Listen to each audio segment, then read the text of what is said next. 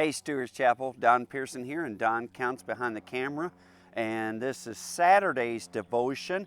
We're continuing our conversation concerning walking in holiness, a life separated, but at the same time honoring the Great Commission and our call to share. And I'm not going to do a review today. You can go back through all of the other things that I believe that are foundational in each of us before we ever get to where we're going to be today.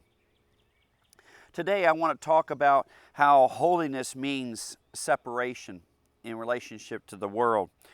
Jesus said in John chapter 15, verse 19, "If you were of the world would love its own. Yet because you are not of the world, but I chose you out of the world, therefore the world will hate you." And so that declaration there that Jesus makes it very clear that those who are His are not of this world, but we are in this world. Another passage, I'm going to read several passages. Passage over in James chapter 4, verse 4. Adulterers and adulteress, he's talking to believers, he's talking to the church. Because of the way they're acting, he says, "Do you not know that friendship with the world is enmity or a division or nothing literally against with God? Whoever therefore wants to be a friend of the world makes himself an enemy of God." And then in 1 John chapter 2, verse 15. "Do not love the world or the things in the world. If anyone loves the world, the love of the Father is not in him." And he goes on and talk about that. Well, I recognize that most of what he's talking about is the lust thereof of the world, the things of the world. But the truth is, one of the largest things in the world is people. And not everybody has the same desire to follow Christ. In fact, Jesus made it very clear that the long and wide and broad path that leads to destruction, that most of the world chooses that. So most of the people that we walk with, live with, and encounter, they're not going in the same direction as we are.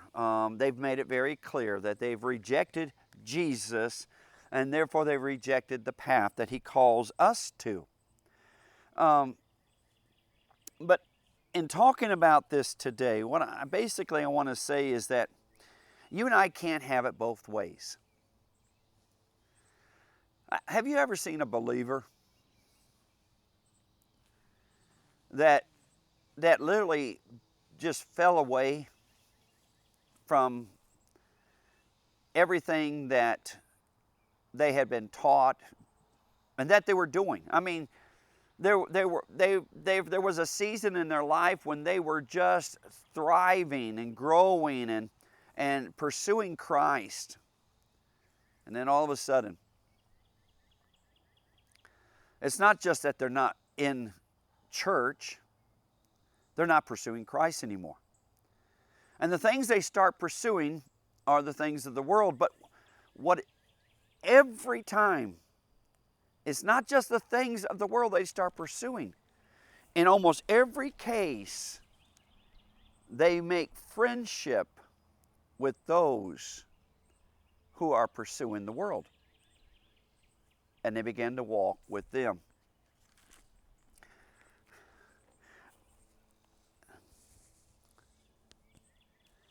Loving and sharing and being friends with the lost world is part of the call of sharing.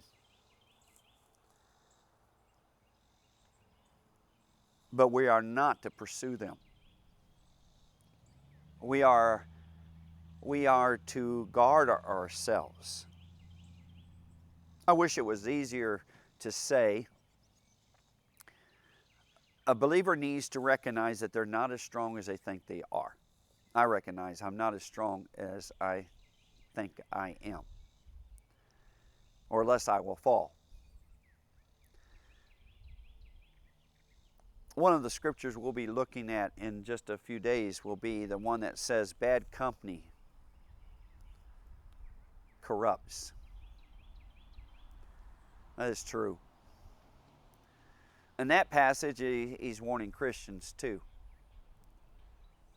You and I have a command to share the gospel, but we also have a command to be holy. Do you understand that? Do not try to put one above the other. It's not intended that way. You don't sacrifice one for the other.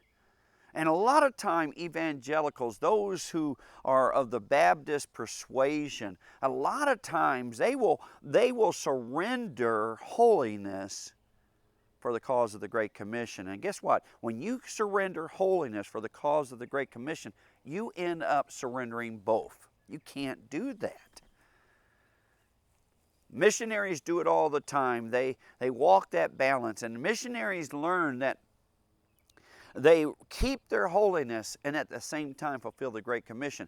And you and I are no different. You keep your holiness. You watch and you remember. You're not of this world.